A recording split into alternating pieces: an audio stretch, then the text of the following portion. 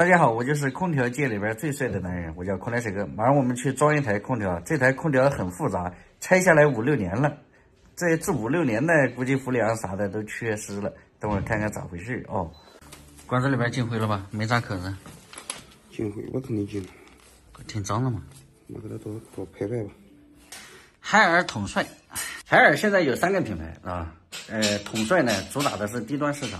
海尔呢自己做的是中端，然后高端呢有卡萨帝啊，卡萨帝呢那玩意儿好看，确实好看啊，但是没装过，不知道那空调效果咋地啊？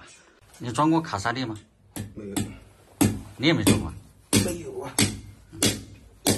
那玩意儿好看，我看内外机跟人家颜色都不一样，这家伙外机还整个紫色还是黑色的？紫气灯来嘛。紫气。你干啥？啊？老板怎么挂呢？哎呦我的，我还以为你在听隔壁有啥动静呢。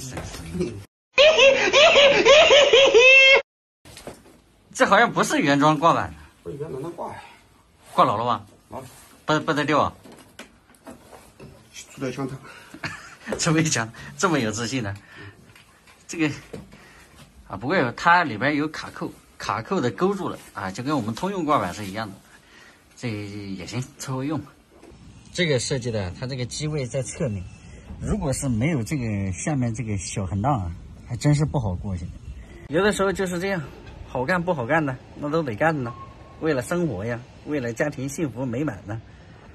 这个机器不好接，我们说啊，有点挑战性。你这体格子好像好接吗？空间太大。空间太大，慢点啊，还好管子长。这空调刚才看了一下，2017年的，我看有5年了，有5年没用了，机器还确实蛮新的，成色好。其实我们国产那么多品牌啊，格力、美的、海尔3个巨头啊，我还就觉得格力比较这个一点，它不利用这个产品啊，就不利用那种低廉价的产品来抢夺市场，这一点还是确实要给它点个赞。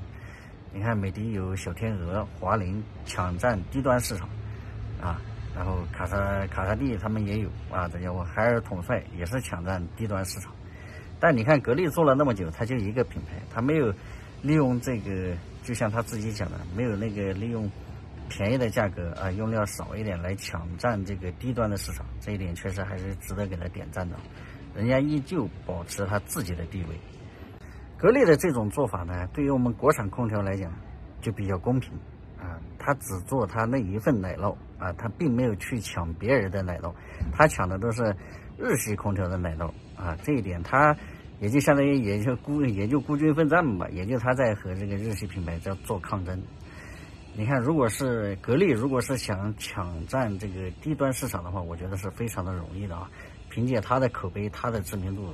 随便创一个品牌来抢占2000块钱左右的这个价位段的话，我觉得是非常容易的。但是人家没有去动这块奶酪，这就说明这个它对于我们国产空调里边算是比较友好的了。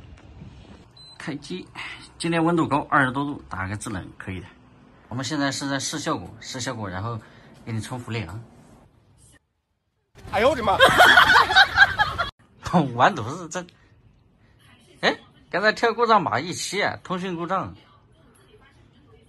梦爷，刚才室内机显示17啊，这整的尴尬了，啥都搞好了，那开机充氟了，这家伙，哎呀，这显示个17，你这通讯故障，头疼。这个好多空调啊，就是你放个5、6年，你用着没事，你就放个5、6年拆下来，这玩意儿就不好讲，哎，头疼。经过我们反复测试啊，插了好几遍电，拔了好几遍电。又恢复正常了，这家伙估计好几年没用，这主板有点延迟了。转了是吧？啊，转了就好，转了就好，把氟利昂给它吃完去结束，搞定。看一下效果，我们就走了。这把好了，哎，行了，这空调还没修过呢，你看旁边的封条全部都在，这说明这空调买过来以后从来没有人修过。空调我们全部装好了，这家伙出现了一点小插曲啊，这家伙可能这个叫什么来着？